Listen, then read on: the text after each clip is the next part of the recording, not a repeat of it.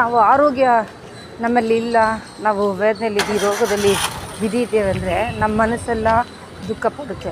ನಮ್ಮ ಮನಸ್ಸು, ನಮ್ಮ ಹೃದಯ, ನಮ್ಮ ಬಲಹೀನತೆ, ನಮಗೆ ಸುಸ್ತಾಗಿರುತ್ತೆ, ಎಲ್ಲನೂ ಇರುತ್ತೆ.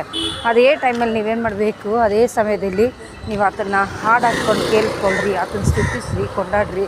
ಆವಾಗ ಆಟೋಮೆಟಿಕ್ಕಿಗೆ ನಮಗೆ ಹೃದಯದಲ್ಲಿ ಒಂದು ದೈವಿಕ ಸಮಾಧಾನ, ಆರೋಗ್ಯ, ಭಾಗ್ಯ ದೇವ್ರು ಕೊಡ್ತಾರೆ.